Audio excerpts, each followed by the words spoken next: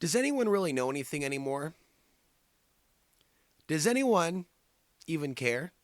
I actually got the song from Chicago stuck in my mind. Does anyone know what time it is? Even know what time it is anymore? And that's a metaphor.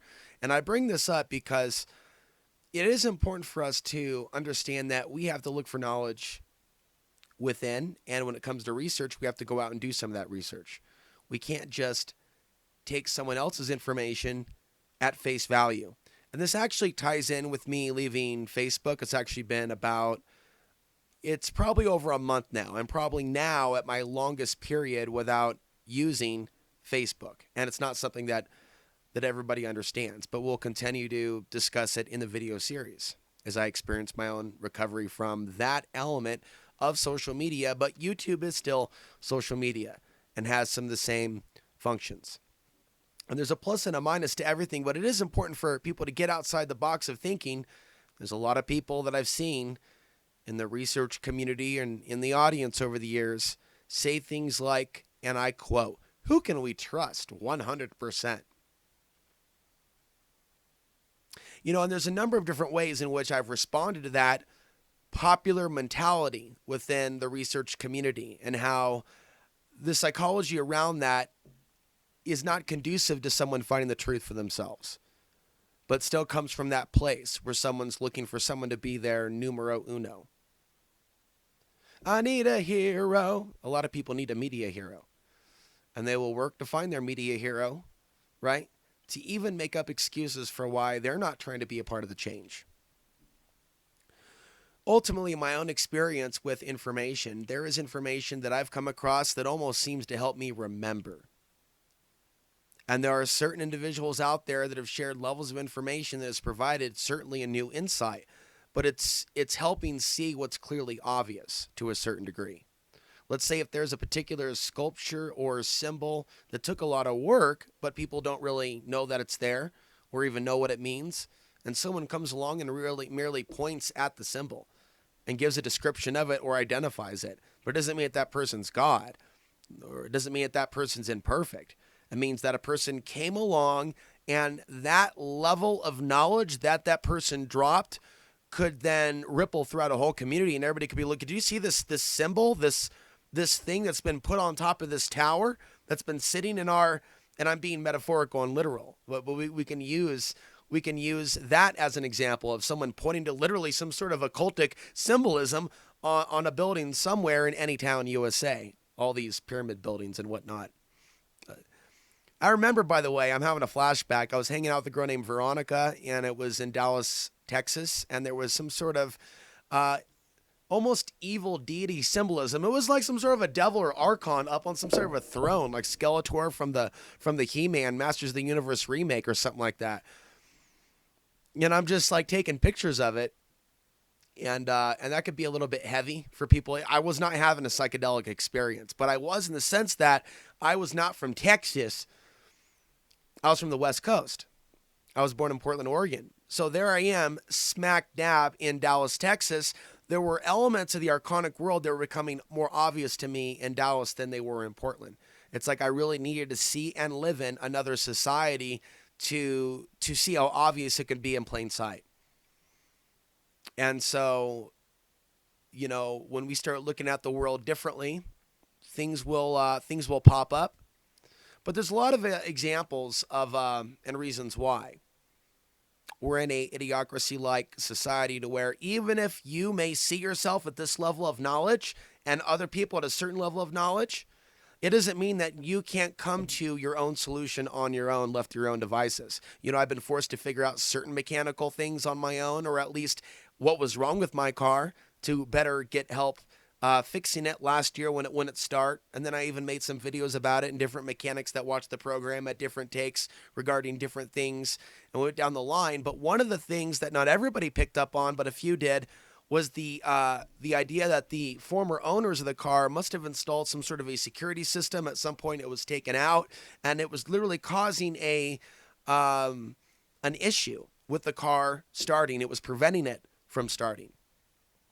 And one day I met someone that lives up here in this area that knew specifically about how to dismantle alarm systems from cars.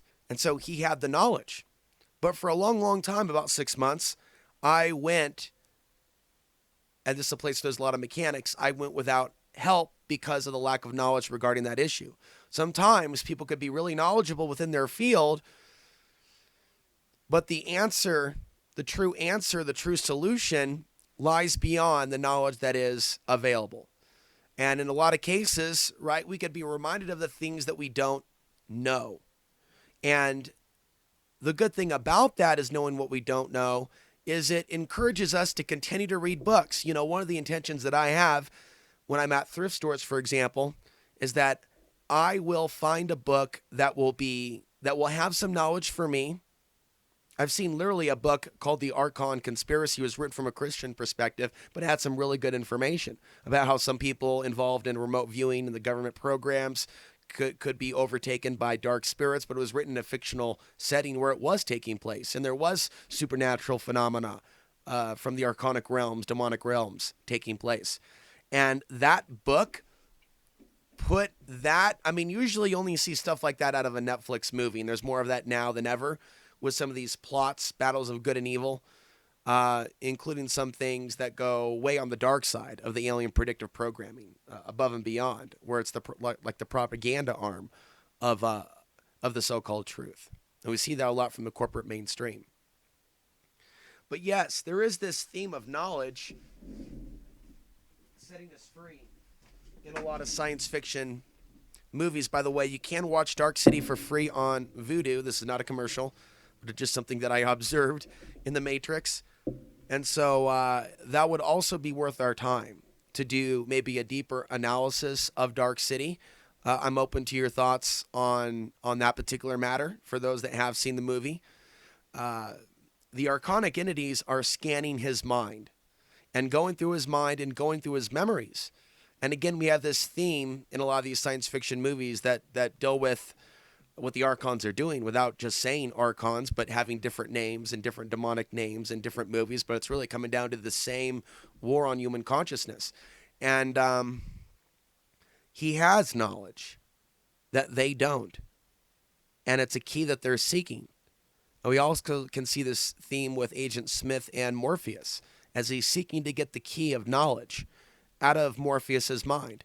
And then when his two compadres aren't with him, Agent Smith leans a little closer to Morpheus and says, "This place, it smells. I got to get out of it. You have this knowledge that I need." And whatever he's doing is secretive, even with regards to his friends. You know, how bad he hates the reality, how bad he wants to get out by any means necessary, even breaking some of their own rules. So there could be knowledge that's passed on, and I'm just flipping through this book randomly. So this is Tong Sing, and this is like the Chinese Book of Wisdom, and apparently this is believed to be something that brings a household good luck. Now, in this, there's nothing about the Chinese government. There's nothing about, some of those things. There is the I Ching. There's discussions about Feng Shui and other things, palmistry, earth magic. And see, it's just like basic knowledge that's been passed down and passed down and passed down. And a lot of people today with all their technology think they're really smart. And there's a lot of traditional earth knowledge that isn't being retained. And part of the breakup of the family results in the result of that. And it's one thing for people to talk about equality and independence and living in big cities. That's like the high life, I guess. But the greater reality of the yin and the yang on the low point of that is that there isn't information and skills being retained by generations when we have breakups of family, when we have not only loss of property, loss of wealth. And so, I'm not of of the mindset that there has to be large populations and there has to be large families and there has to be large wealth. I'm not against that. I'm just not attached to those things like others because I don't come from, I guess if you would, a large family, or I've lived a lot of my life alone and on my own. And I've had to rely on myself and only myself in order to get through things spiritually, mentally, physically, fill in the blank here. Good segue though. In my travels, I've come to realize how little people know in general, even if we're programmed to think that we don't know anything We may have had a childhood where people said that we didn't really know something, or that we really need to be educated or corrected. And there could have been institutions and things that followed in that same line of thought. And there could have been a period in which we found our own truth and we found our own speech and we believed in it, but we were the only ones to believe in it. I was the only one to believe in myself when I started OTB TV. And I was one of the only ones to truly believe in myself with regards to the off-grid thing, going from urban to off-grid. Most of my audience members said I would fail. Just to let you know that. Most of the people that were watching me at the times that I first went off the grid were mudslinging at that time in 2012, 2013. Saying things like, now you know you got to go back to the grid. Like some kind of a slave. Mocking me. Taunting me. All the way back then. And so when we rely on other people for answers and knowledge, we can find ourselves suffering when we don't get that knowledge. There's something that, I recall with Facebook would bring out a little bit of that disappointment. Ask a certain question. Hey, what are some good alternatives to YouTube? Like a simple one. DTube and BitChutes aren't real good, solid answers just because there's places where people can upload. So that's an example. I could be asking about good forums. I could be asking about a number of different things. I could be asking, this is a specific thing. I could be asking somebody in a certain locale about life 1 hour away. And it's like small town narcissism, where the only thing that matters to people is things going on in their state or micro locale.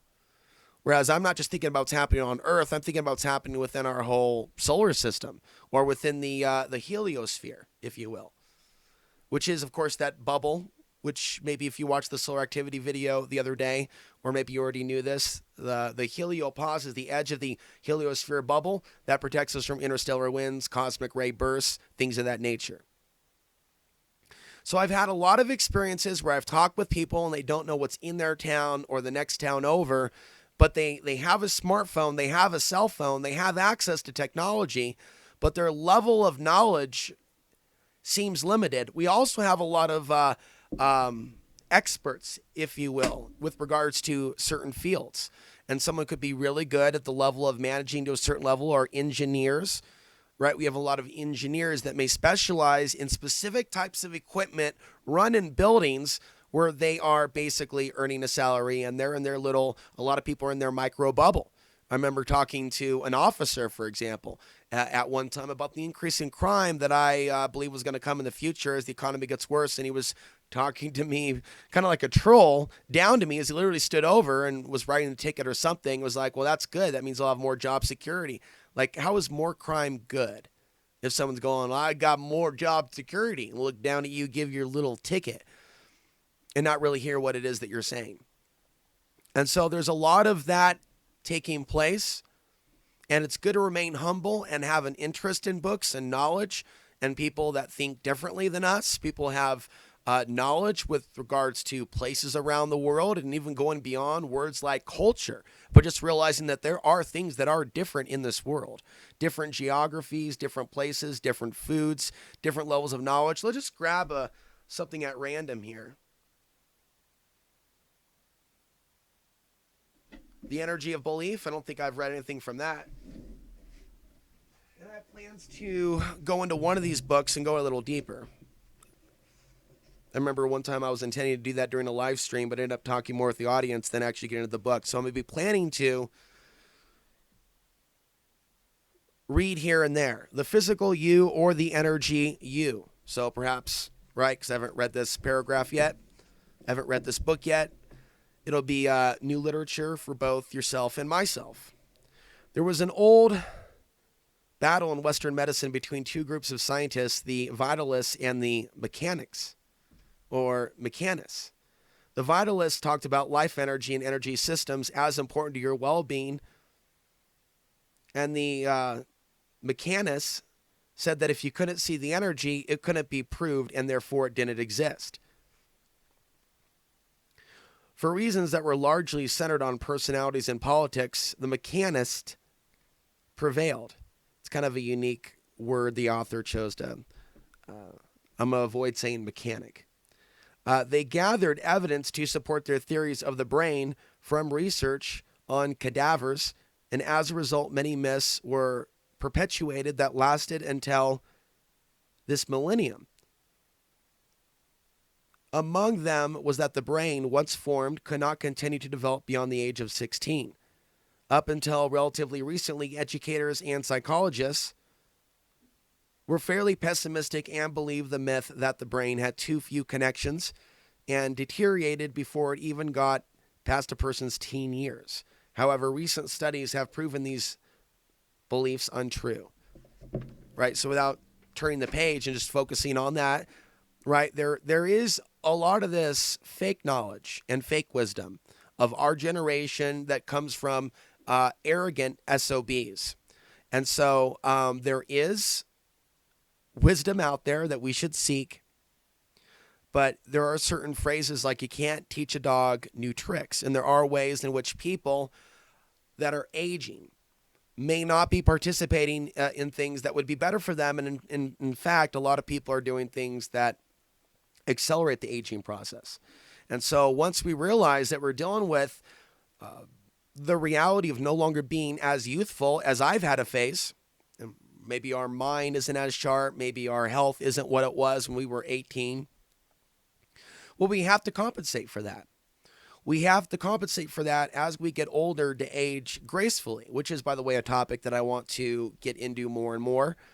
I think that there's the physical mechanics, right? Kind of like we were just talking about the mechanists, from the book. There's the physical way, and then there's the vital energy perspective. And to me, that's psychology, that's upgrading our spiritual beliefs, that's looking at reality outside the box. Yesterday, we talked about the ailment from the cry wolf bombardment, which I believe all people are subjected to. I mean, when people are constantly being told that they're going to be hit with civilization-changing terror events, for example, nearly every day since 9/11, that is a cry wolf phenomena, bombardment that is going to affect the health of people down to this. Now, high stress environments are not conducive to learning. So when someone's traumatized, when their nervous system is stressed and is not getting a chance to relax, the mind is not relaxed enough to take in new information. When people are in fight or flight mode, for example, there's a block to new information. Now, we're in solar minimum, and I see a plus and we can call it a challenge, right? We don't have to call it a negative, but maybe the more challenging element of the cycle, looking at it from a psychological perspective. But my solar minimums historically are my most productive, calmer times of my experience on this planet, living throughout multiple solar cycles. There's more of a ability for the left brain to focus, work environment, compatibility, the off-grid way of life, and being very wild, abstract, I very much associate with the solar maximum.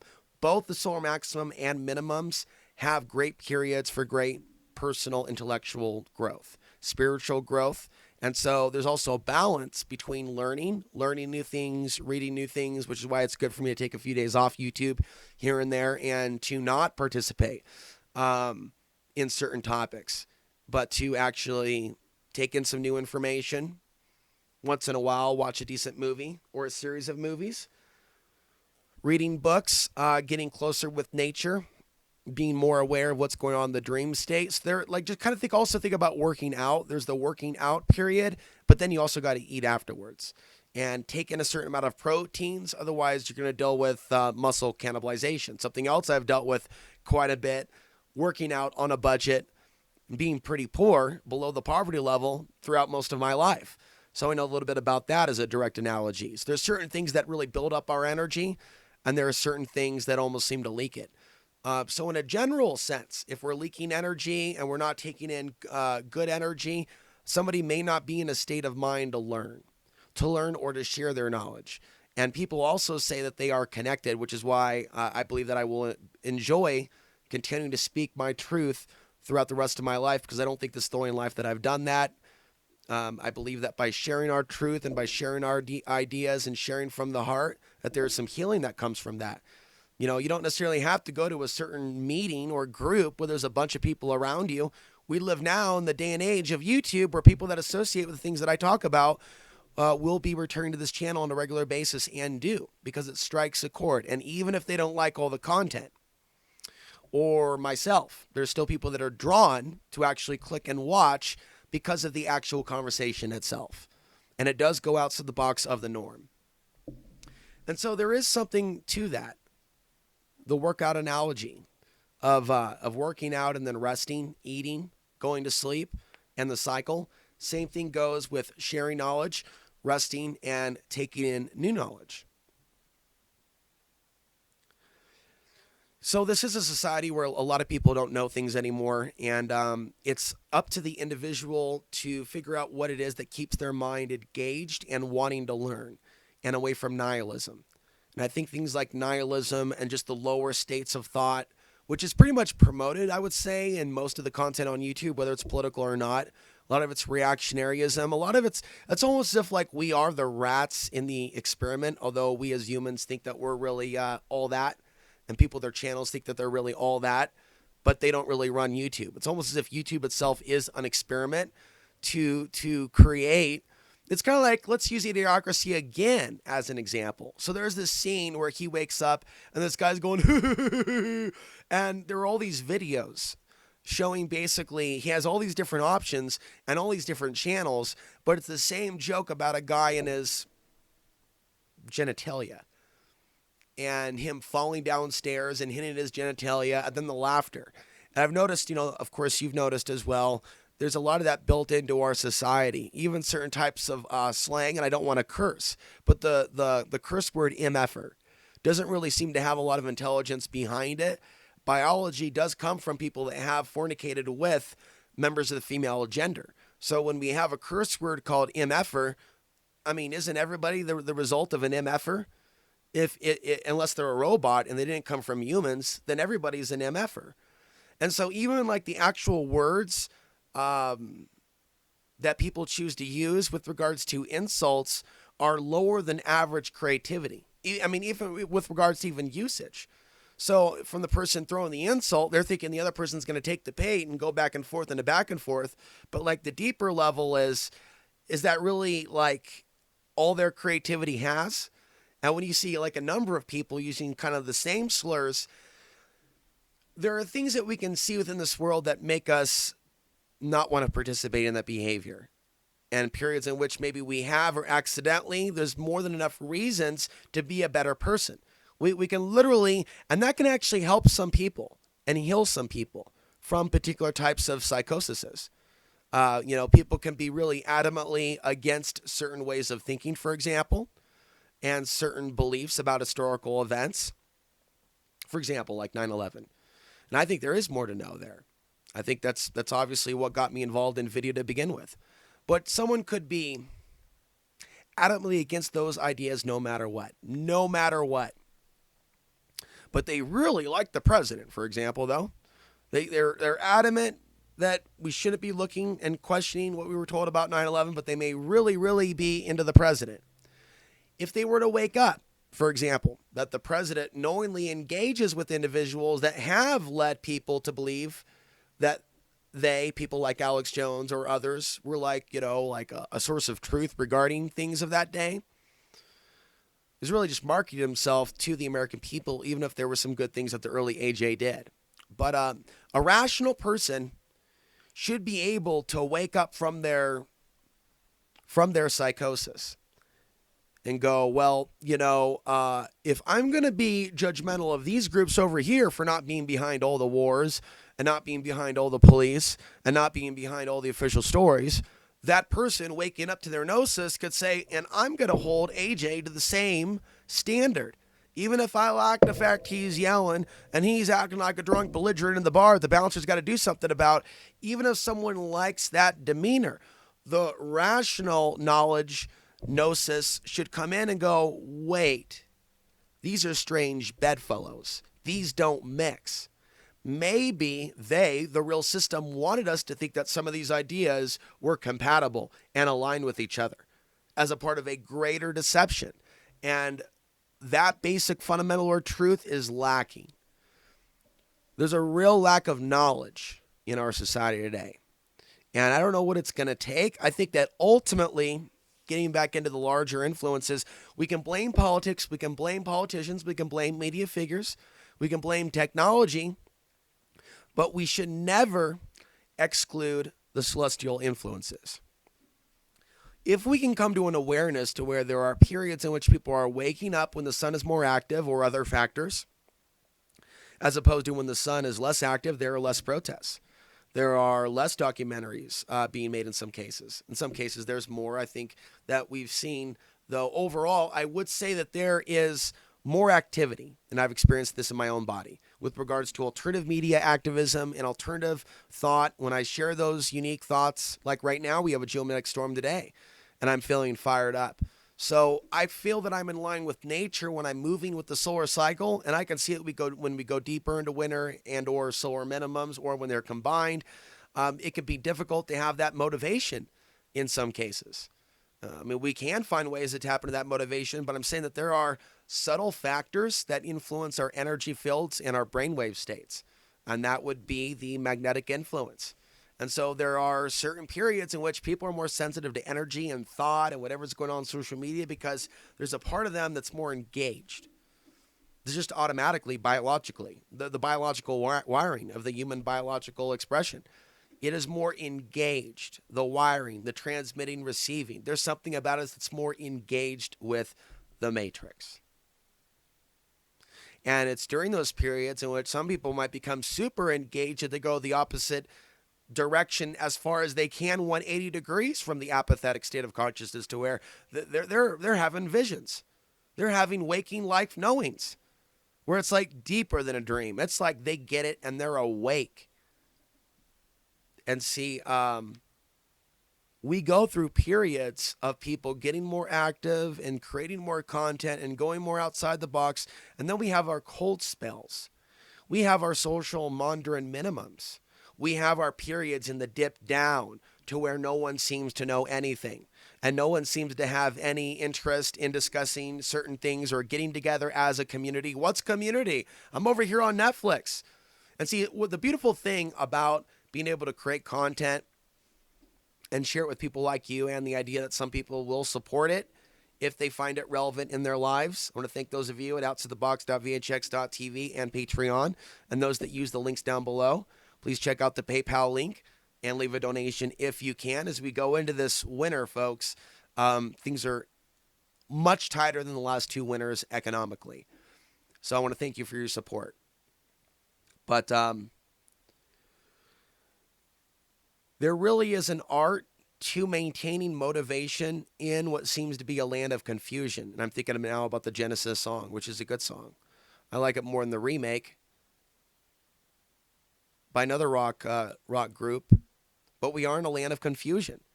And I want to kind of wrap up my thoughts here. It's kind of like a first step in like an AA meeting or NA meeting, even though I don't particularly endorse those steps, but there is some healing that can come about through those rooms. As long as you don't allow yourself to get, I guess, side railed by some of the personalities that are in those rooms. Kind of like on YouTube. Kind of like personalities that also come across in books. So people are going to have like their little slice of knowledge, but no one knows the whole piece. And there could be peace of mind that comes to the individual that realizes the path to the ultimate truth lies within. To have the discernment to know whether you should go with this book or that book when you're at the thrift store. Well, what is that knowledge within? And has your own inner voice become louder than those thoughts that may not be your own?